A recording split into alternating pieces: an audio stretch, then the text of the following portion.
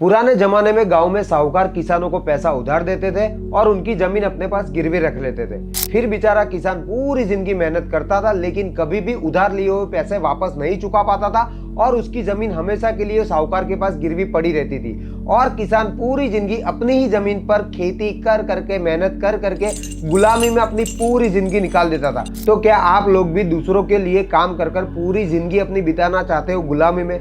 नहीं ना? तो आज का वीडियो ये आपके लिए ही है। हेलो दोस्तों, मेरा नाम है विजय जाला और आज हम बात करेंगे सबसे बड़े ट्रैप, द EMI ट्रैप के बारे में।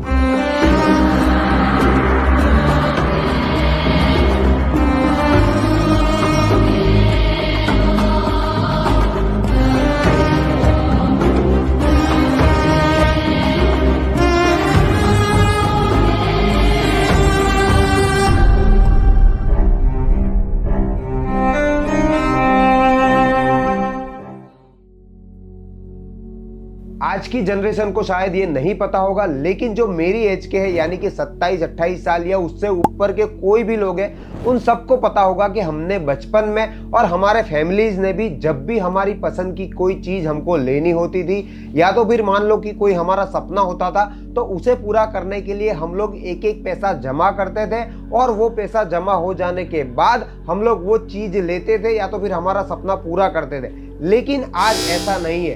हम सब ने बचपन में और हमारे पेरेंट्स ने भी एक एक चीज लेने के लिए पिगी बैंक में पैसा जमा किया है, लेकिन अब वो युग खत्म हो चुका है। अब एक नया युग का आरंभ हो चुका है, द EMI युग। पहले हम लोग चीजें लेने के लिए पैसा जमा करते थे और अभी हम लोग लोन पे पहले चीज ले लेते हैं और पूरे महीने उसकी किस्त भरने के लिए पैसा जमा करते हैं। आज हम सभी को बहुत सारी बैंक्स लोन देने के लिए तैयार है और हम सब लोग भी लोन लेने के लिए उत्सुक है। लेकिन एक बात याद रखो कि एक जितनी भी बैंक है वो सारे हमारे रिश्तेदार तो है नहीं। ये हमको जो भी लोन्स दे रहे हैं वो सारे के सारे लोन्स पे मोटा मोटा इंटरेस्ट लेते हैं। अब आप सब लोगों को ऐसा लग रहा होगा कि क्यों मैं आज ये टॉपिक पे वीडियो बना रहा हूँ कि हमें लोन्स नहीं लेनी चाहिए, EMI पे चीजें नहीं लेनी चाहिए। तो देखो, मैं लोन्स लेने को मना नहीं कर रहा हूं, लेकिन हम सबको ये अवेयरनेस होनी चाहिए कि हमको इतना तो पता हो कि कब हमें लोन लेनी चाहिए, कब नहीं लेनी चाहिए, कौन सी चीजें हमको EMI पे लेनी चाहिए, कौन सी चीजों को हमें मना कर देना चाहिए EMI पर लेने से। तो ये सारी अवेयरनेस हमको होना जरूरी है। आज आप लोगों ने अपने आसपास घूमते सारे यंगस्टर्स को अगर देखा होगा तो उसमें से बहुत सारे iPhone 14, 15 लेकर घूम रहे हैं। देखो, कोई भी iPhone लॉन्च होता है उसका नया वर्जन, तो कम से कम मान लो कि 1 लाख से ऊपर ही उसकी प्राइस होती है, फिर भी लोग इतने आईफोन लेकर घूम रहे हैं। मैं आपको एक डेटा बताना चाहता हूं कि इंडिया में 70% आईफोन जो है वो EMI पे चल रहे हैं। तो भाई इतने सारे लोगों को EMI पे आईफोन लेने की क्या जरूरत है? हमारे पेरेंट्स हमको एक कहावत हमेशा कहते थे कि बेटा दूसरों का महल देखकर खुद का झोपड़ा नहीं गिराना चाहिए। लेकिन आज ये सोशल मीडिया के जमाने में हर कोई दूसरों का महल देखकर अपना झोपड़ा गिरा रहा है, जबकि हो सकता है कि जो सोशल मीडिया पे आप जो महल देख रहे हो वो भी झूठा हो। सोशल मीडिया के बारे में मैंने डिटेल में वीडियो बना के रखा है, अगर वो आपको देखना है तो ऊपर आई बटन में लिंक है और नीचे डिस्क्रिप्शन में भी मैंने लिंक देकर रखी है। तो ये वीडियो खत्म होने के बाद वो वीडियो आप देख सकते हो। अभी हम आगे बढ़ते हैं। इंडिया में लगभग हर कोई बंदा किसी ना किसी चीज का EMI भर रहा है, चाहे फिर वो आईफोन का हो, 2 व्हीलर का हो या किसी भी चीज का। आप ये वीडियो देख रहे हो और आपकी एज 18 साल से ज्यादा है तो आई एम श्योर कि आप सब लोग हो सकता है कोई ना कोई तो EMI पे कर ही रहे होगे, क्योंकि जब भी कोई बंदा 18 साल की एज क्रॉस करता है तो सबसे पहले उसकी लाइफ में EMI आ जाता है। क्योंकि जैसे ही वो 18 साल क्रॉस करता है, थोड़ा बहुत पैसा कमाना शुरू करता है, तो उसे कोई ना कोई चीज लेने की इच्छा होती है और पहली बार वो कोई भी छोटी से छोटी चीज EMI पर लेना शुरू कर देता है और यहीं से शुरू होता है सबसे बड़े ट्रैप में फंसने का सफर शुरू, द EMI ट्रैप। अब लाइफ में कोई भी इंसान फर्स्ट टाइम अपने पास पैसे ना होने के बावजूद भी अपने पसंद की चीज जब लेता है तो उसके अंदर की खुशी अलग ही होती है। लेकिन अभी मान लो कि हम एक एग्जाम्पल से समझते हैं कि कोई इंसान ने स्टार्टिंग में एक बाइक लोन पर ले ली। अब हमारा इंसानों का दिमाग ऐसा ही है कि हमें जो चीज मिल जाती है तो उसकी वैल्यू हमारे लिए धीरे धीरे कम होने लगती है। तो जो बाइक हमने ईएमआई पे ली है, अभी 4-6 महीने के बाद हमको वो बाइक पसंद आना बंद हो जाएगी। लेकिन क्या करें, हमने बाइक तो ली है 24 महीने के ईएमआई पे। तो अब क्या होता है कि हमने जो बाइक ली है वो हमें पसंद आना बंद हो चुकी है 6 महीने के बाद, और हमारा मन अभी कहीं और भाग रहा है। हमको कोई और अच्छी बाइक चाहिए, लेकिन क्या करें, ईएमआई चालू है। तो हम वो दूसरी चीज लेने के लिए भागते हैं, मेहनत करते हैं और कोशिश करते हैं कि कैसे ना कैसे हम वो हमारे पसंद की दूसरी चीज ले ले। वैसे ही इंसान एक के बाद दूसरा, दूसरे के बाद तीसरा, ऐसे लोन लेता ही जाता है। चलो मान लो कि आगे मैंने जितनी भी बात की है उससे शायद आपको पता ना चला हो कि आपको ईएमआई पे चीजें लेनी चाहिए या नहीं लेनी चाहिए। तो अभी मैं आपसे सिंपल एक सवाल पूछता हूं जिसका जवाब आपको अपने आप को देना है। वो जवाब देते ही आपको पता चल जाएगा कि आपको ईएमआई पे चीज लेनी चाहिए या नहीं लेनी चाहिए। देखो, क्या कभी ऐसा हुआ है कि अगर आप कोई भी चीज का ईएमआई भर रहे हो, आपने मान लो कि 10 ईएमआई ऑलरेडी भर दिए हैं या 12 भर दिए हैं, या तो आधी लोन आपकी खत्म हो गई है, तो कभी भी ऐसा हुआ है एक भी ईएमआई में कि आपको वो ईएमआई भरने के लिए पैसों का जुगाड़ करना पड़ा हो? कभी आपको टेंशन आया हो कि भाई 2 तारीख को किस्त कटने वाली है तो मैं क्या करूंगा, किसी और से उधार लेकर आपको किस्त जमा करानी पड़ी हो? ऐसा अगर कभी भी हुआ है तो भाई आप लोग इस ईएमआई के ट्रैप में फंस चुके हो। और अगर कभी भी ऐसा नहीं हुआ कि आपको कोई भी दूसरे लोगों से हेल्प लेकर आपको ईएमआई की किस्त भरनी पड़े हो, तो अभी तक आप सेफ हो। लेकिन मैं ये नहीं कहता कि आप सेफ हो, आप ईएमआई इजीली भर सकते हो तो आप और ईएमआई पे चीजें लो। No, never. हो सकता है आपके सर पर अभी कोई भी ईएमआई ना हो, तो ये बहुत अच्छी बात है, शुरू करना भी मत। लेकिन फिर भी आप लोगों ने अपने आसपास के फ्रेंड्स के ग्रुप में या फैमिली के ग्रुप में कहीं ना कहीं तो ये डिस्कशन सुना होगा कि भाई 2 तारीख आने वाली है, 5 तारीख आने वाली, मेरी किस्त कटने वाली, उसके लिए मुझे अरेंजमेंट करना है। अगर ऐसी सब बातें सुनी है तो आपको पता चल जाना चाहिए कि वो सारे के सारे लोग ये ट्रैप में फंसे हुए हैं। अगर ईएमआई भरने के लिए पैसा जमा करना पड़ रहा है, उसके लिए टेंशन लेना पड़ रहा है, तो भाई इससे तो अच्छा यही था कि हम लोग पहले पैसे जमा कर लेते और फिर हमारे पसंद की चीज लेते। कम से कम हर महीने की 2 तारीख को या 5 तारीख को इतना टेंशन तो हमें नहीं पालना पड़ता। आप सब में से बहुत सारे लोग ये सोच रहे होंगे कि जिस हिसाब से मैं बात कर रहा हूँ उस हिसाब से तो कोई अपने पसंद की चीज कभी ले ही नहीं पाएगा। अगर कोई कमेंट ऐसी करता है कि भाई मेरे को मेरे खुद का घर लेना है तो वो मैं कैसे लूं, इतने सारे पैसे तो मैं कब जमा कर पाऊंगा, अगर मुझे घर लेना है तो लोन पे ही लेना पड़ेगा। देखो, हर किसी का सपना होता है कि उसके पास अपने खुद की छत हो। तो भाई घर लेने में अगर आप लोन लेते हो तो वो सही विकल्प है, क्योंकि घर लेने के लिए तो आपको लोन लेना ही पड़ेगा। लेकिन आपको ये पूरी अवेयरनेस होनी चाहिए कि आपकी मंथली कितनी सैलरी है। अगर आप कोई बिजनेस कर रहे हो तो वो बिजनेस में से आपको ग्रॉस प्रॉफिट कितना होता है, और ये सारा कैलकुलेशन करने के बाद आपको कितना प्रतिशत आपका ईएमआई जा रहा है तो आप सेफ हो। ये सारी चीजें मैं आप लोगों को मेरे मन से नहीं बताऊंगा। दुनिया में जितने भी अच्छे अच्छे फाइनेंशियल एडवाइजर है उन लोगों ने क्या कहा है कि अपनी टोटल इनकम का कितना प्रतिशत ईएमआई जाना चाहिए वो मैं आज आपको बताऊंगा, जिससे आपको पता चल जाएगा कि आपकी इनकम इतनी हो रही है, इतना ईएमआई जा रहा है, तो आप सेफ हो कि नहीं।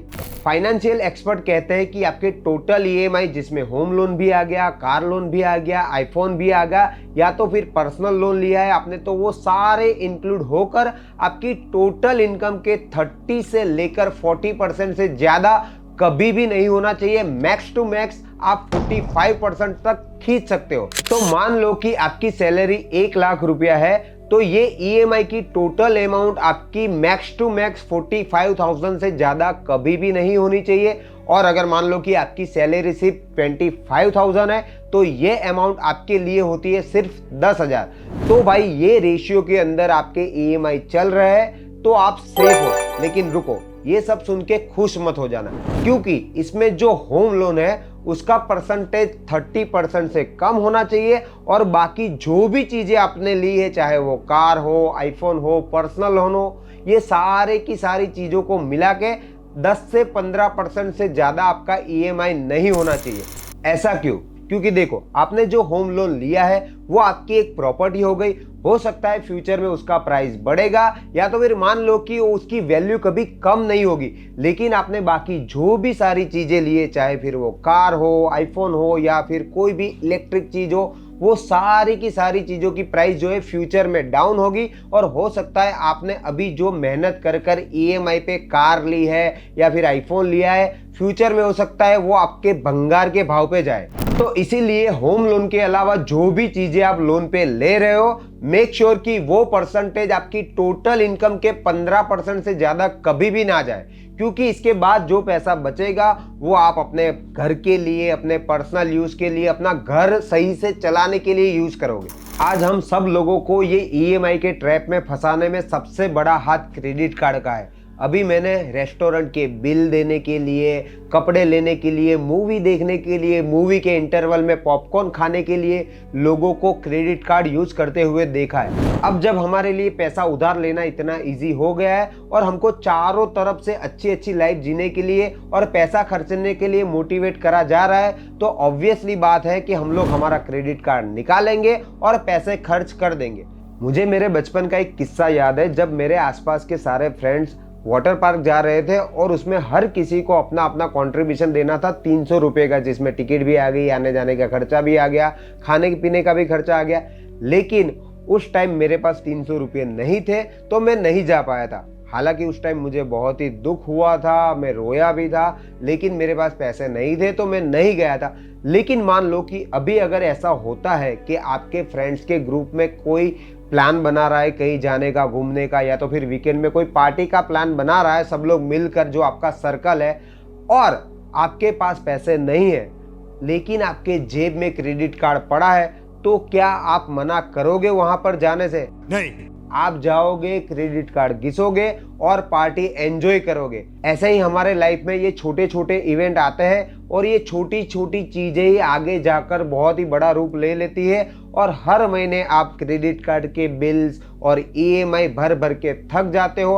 आप क्रेडिट कार्ड का बिल भरने के लिए या तो फिर महीने की तारीख पर दूसरों से पैसा उधार लेते हो, या तो फिर दूसरा लोन लेते हो। ऐसे ही पैसे भरते जाते हो और ऐसा चलता जाता है और एक बार आप ये ईएमआई के ट्रैप में फंस गए तो ये दलदल की तरह आपको खींचता ही जाता है, और एक दिन आपको पता चलता है कि आप बहुत बड़े कर्जे में डूब चुके हो। अब आप लोगों में से जितने भी लोग अभी तक ये वीडियो देख रहे हैं, तो हो सकता है कि वो ईएमआई के ट्रैप में फंस चुके हो और वो लोग बाहर निकलना चाहते हैं। तो आप बोलोगे कि हमको कोई ऐसी एडवाइस दो जिससे हम लोग ये ट्रैप में से बाहर निकल सके।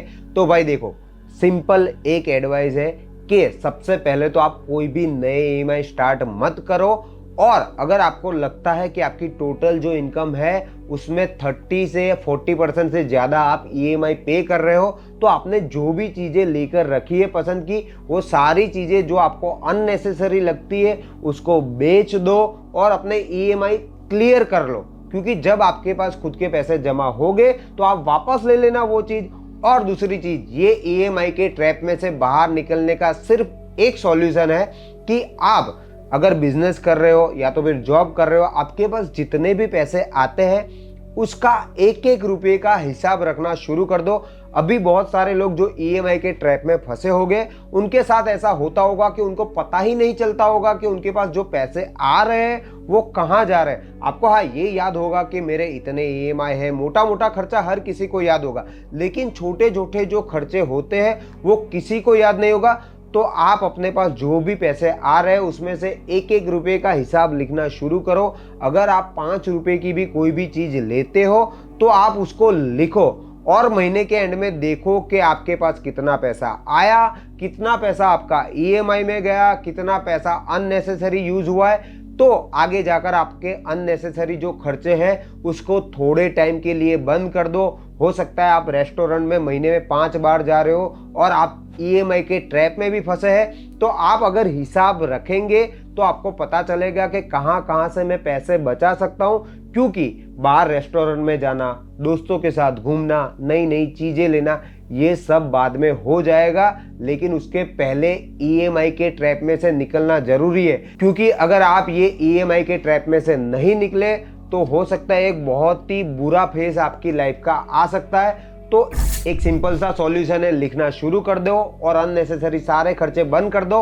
और अगर आपके पास ऐसा कोई ऑप्शन है कि आप रिश्तेदार से जो आपको पैसा दे सकता है बिना इंटरेस्ट के, तो उससे लेकर इंटरेस्ट पे जो लोन भर रहे हो उसको चुका दो और फिर धीरे धीरे अपने रिश्तेदार को देते जाना। तो भाई ये कर लो प्लीज, और ईएमआई पे चीजें मत लेना, संभल जाओ वरना बहुत ही गंदा समय आ जाएगा। तो मेरे को जितना समझाना था मैंने समझा दिया है। जितने लोगों को लगता है कि उनको ये ईएमआई के ट्रैप में से बाहर निकलना है तो प्लीज उसके लिए थोड़ी मेहनत कर लो। हो सकता है 1 साल 2 साल 3 साल के बाद आप ये ईएमआई के ट्रैप में अगर फंसे हो तो बाहर आ जाओ, वरना पूरी जिंदगी इसके पीछे खराब हो सकती है। तो आज के वीडियो में बस इतना ही। वीडियो पसंद आए तो वीडियो को लाइक शेयर और सब्सक्राइब करना मत भूलना। Bye bye.